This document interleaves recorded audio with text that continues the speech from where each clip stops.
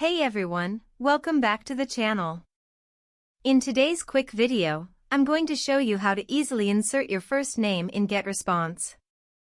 Before we start, if you haven't signed up yet, there's a 30-day free trial link in the description below, so feel free to check that out. Alright, let's get started. First, log into your Getresponse account.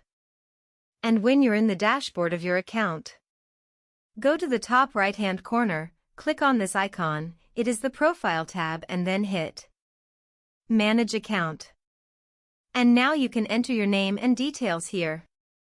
After entering all the details, click Save, and it will save your details. And that's it, guys. Don't forget to like, subscribe, and hit the bell for more quick tutorials. Thanks for watching.